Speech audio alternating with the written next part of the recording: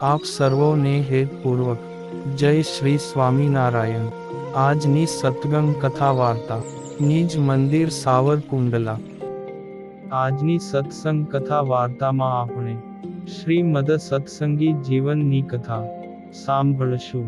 અધ્યાય 58।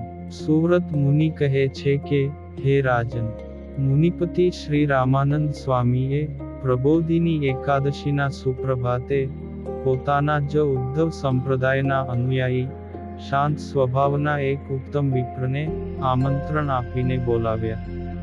તે દીક્ષા પ્રદાનના વિધિમાન વિશારદ હતા। રામાનંદ સ્વામીએ તેના દ્વારા દીક્ષા આપવાનો સમગ્ર વિધિ કરાવ્યો। તે વિપ્રે પણ શાસ્ત્ર વિધિ પ્રમાણે સંપૂર્ણ દીક્ષાનો વિધિ કર્યો। હે રાજન, તે વિપ્રે પ્રથમ વર્ણિન્દ્ર શ્રી હરિ પાસે શરીર શુદ્ધિને અર્થે 3 કૃચ્છ વ્રતના પ્રતિનિધિ રૂપે સુવર્ણનું દાન આદિકથી પ્રાયશ્ચિત કર્મ કરાવ્યું। ત્યાર પછી તે વિવિધ રંગોથી શોભતું સર્વતોભદ્ર નામનું મંડળ રચીને તેને વિશે 9 કળશોની સ્થાપના કરી।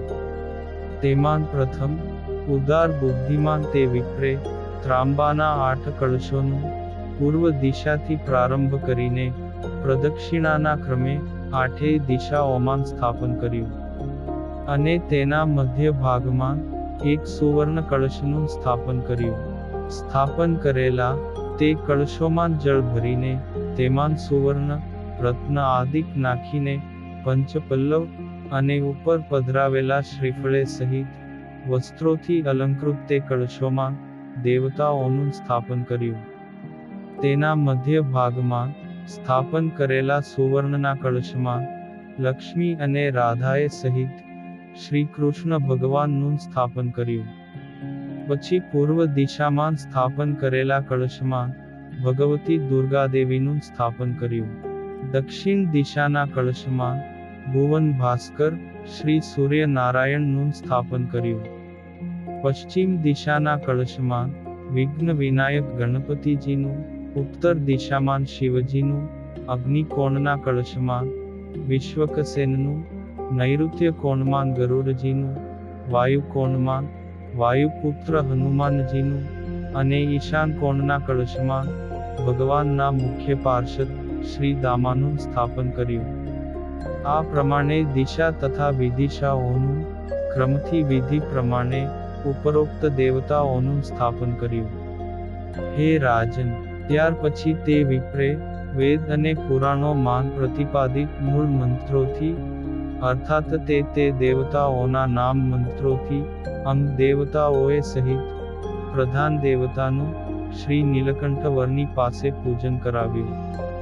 આ પૂજા વિધિમાં તે વિપ્રે પંચામૃતે સહિત ષોડશોપચારથી પૂજન કરાવીને અંગદેવતા સહિત પ્રધાન દેવ શ્રી કૃષ્ણ ભગવાનને મહાનૈવેદ્ય અર્પણ કરાવ્યું। પછી સર્વે દેવતાઓની મહાઆરતી ઉતારી ને પૂજન કરાવ્યું।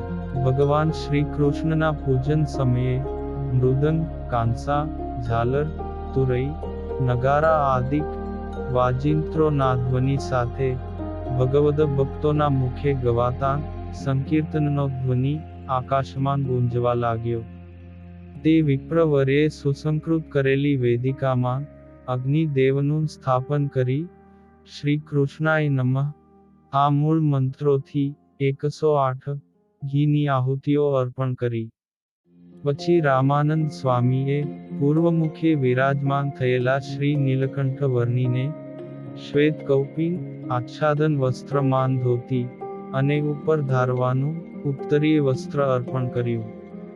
પછી ભગવાનની પ્રસાદીભૂત તુલસીના કાષ્ઠમાંથી બનાવેલી સૂક્ષ્મ અને કંઠમાં ધારવા યોગ્ય નવી જ કંઠી અર્પણ કરી।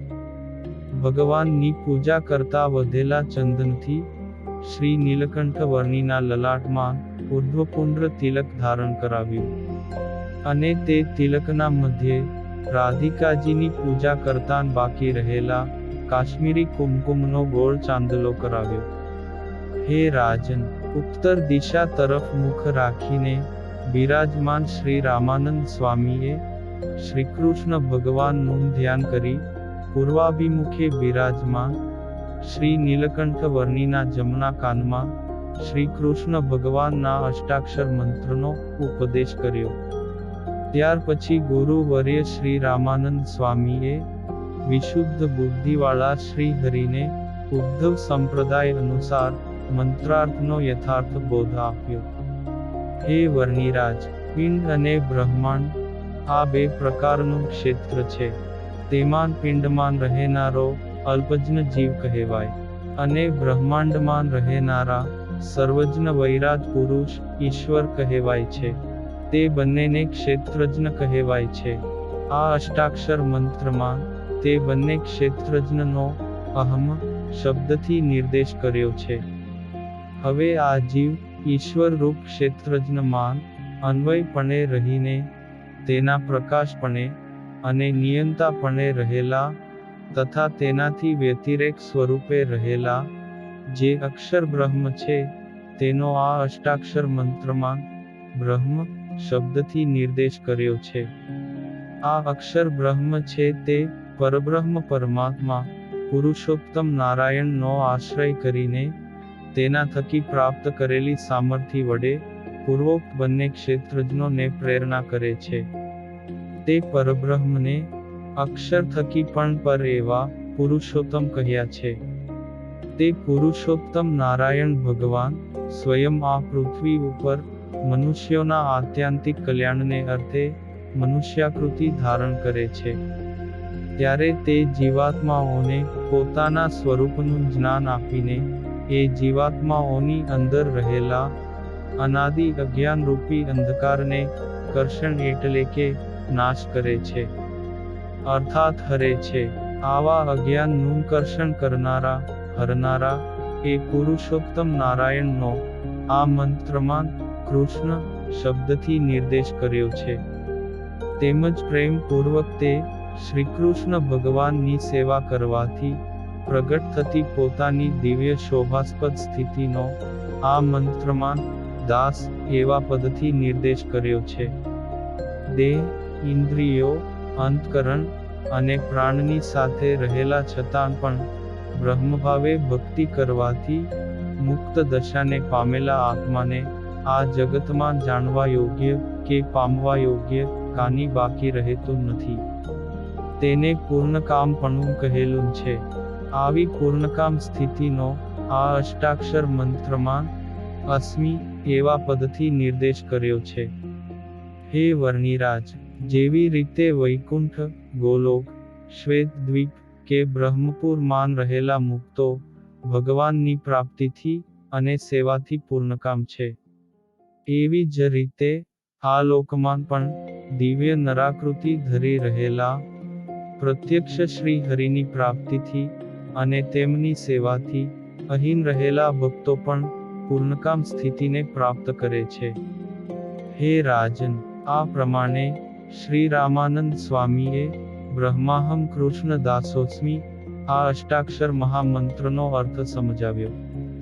હે વર્ણિરાજ, બહારના વિષયોમાં ગતિ કરતી અંતકરણની વૃત્તિનો નિરોધ થવો, હૃદયમાં બ્રહ્મ જ્યોતિનું દર્શન થવું અને પછી તે બ્રહ્મજ્યોતિમાં સાક્ષાત શ્રી કૃષ્ણ ભગવાનનું દર્શન થવું, એ જ આ અષ્ટાક્ષર મંત્ર જપવાનું અમૂલ્ય ફળ છે.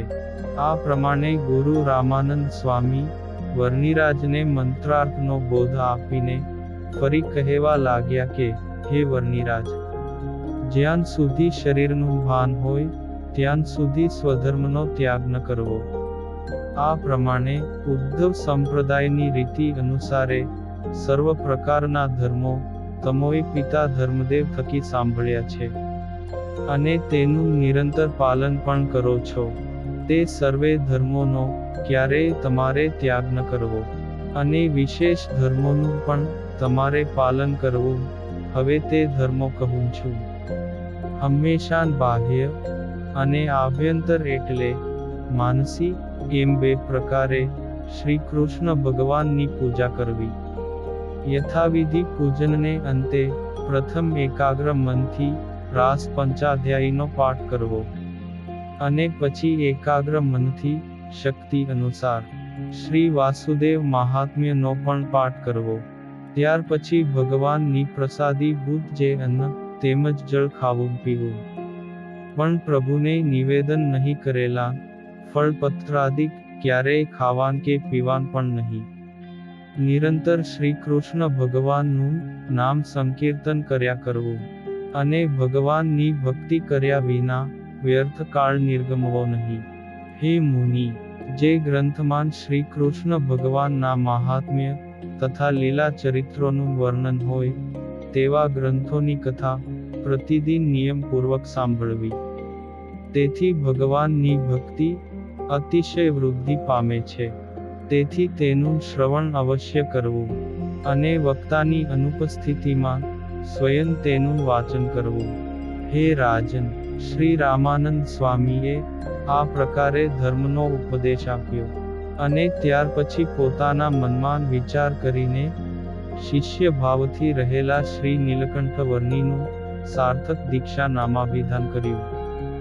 ગુરુ રામાનંદ સ્વામીએ શ્રી નીલકંઠ વર્ણીનું સહજાનંદ એવું પહેલું નામ રાખ્યું. કારણ કે વર્ણીમાન સાહજિક આનંદ અખંડ રહેલો હતો. અન્ય સાધનજન્ય કૃત્રિમ આનંદની તેમને કોઈ જરૂર ન હતી. તેથી સહજાનંદ નામ સાર્થક થયું. ત્યાર પછી નારાયણ મુનિ એવું નામ રાખ્યું. કારણ કે તપ સ્વભાવ અને શરીરની આકૃતિથી બદરીપતિ નારાયણ સમાન જણાતા હતા. ત્યાર પછી વર્ણિરાજ શ્રી હરિએ ચંદનાદિકથી આદરપૂર્વક શ્રી રામાનંદ સ્વામીની પૂજા કરી પ્રદક્ષિણા કરીને સાષ્ટાંગ દંડવત પ્રણામ કર્યા. પછી મુક્તાનંદ આદિક સંતો, મયારામ ભટ્ટ આદિક વિપ્રો અને અન્ય વૈષ્ણવ ભક્તોની વિનયપૂર્વક પૂજા કરી.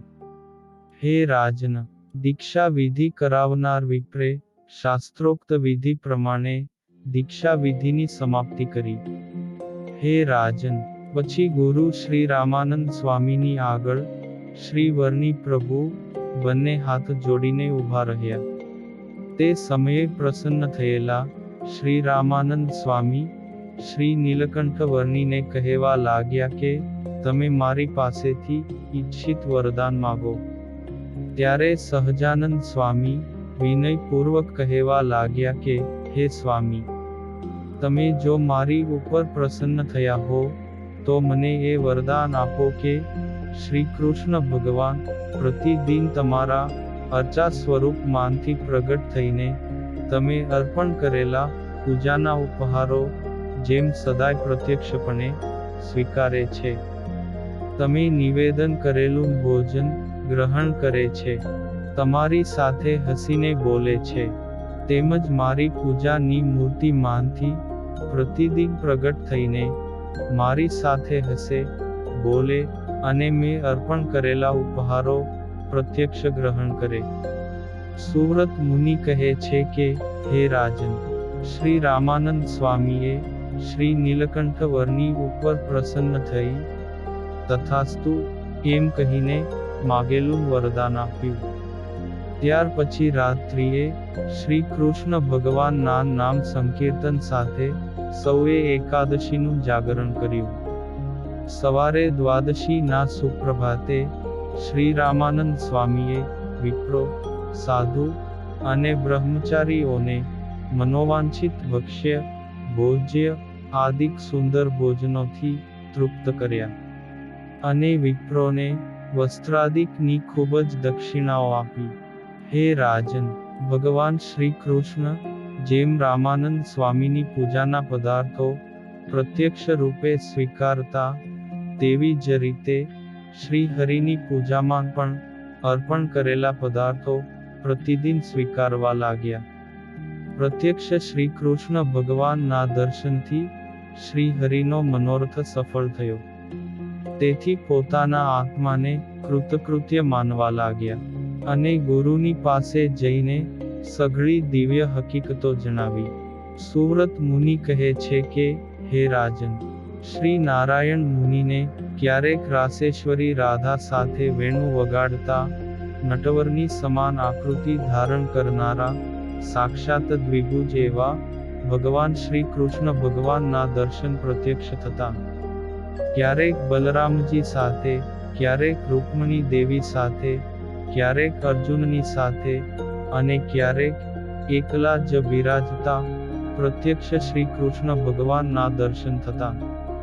શ્રી કૃષ્ણ ભગવાન સ્વયં દ્વિભુજ હોવા છતાં પણ ક્યારેક ચતુર્ભુજ સ્વરૂપે દર્શન દેતા. તેથી શ્રી નીલકંઠ વર્ણિનો શ્રી કૃષ્ણ ભગવાનને વિશે અતિશય સર્વોત્કૃષ્ટ પ્રેમ પ્રતિદિન વૃદ્ધિ પામવા લાગ્યો. હે ધરણીશ, આ પ્રમાણે મનુષ્ય નાટકનું અનુકરણ કરીને તપસ્વીઓના જેવી લીલા કરતા ભગવાન શ્રી હરિ અતિશય વિનયયુક્ત થઈને શ્રી કૃષ્ણ તુલ્ય ભગવદ બુદ્ધિથી ગુરુ શ્રી રામાનંદ સ્વામીની સમયે સમયે શ્રદ્ધાપૂર્વક યથાયોગ્ય રીતે સેવા કરવા લાગ્યા. ઇતિ શ્રીમદ સત્સંગી જીવને નારાયણ ચરિત્રે ધર્મશાસ્ત્રે પ્રથમ પ્રકરણે રામાનંદ સ્વામી પાસેથી શ્રી હરિએ મહાદીક્ષા ગ્રહણ કરી એ નિરૂપણ નામે 58મો અધ્યાય સંપૂર્ણ. અને હવે પછીની કથા વાર્તા આપણે આગળના ભાગમાં સાંભળશું. અત્યારે આપ સર્વોને ભાવથી જય શ્રી સ્વામિનારાયણ.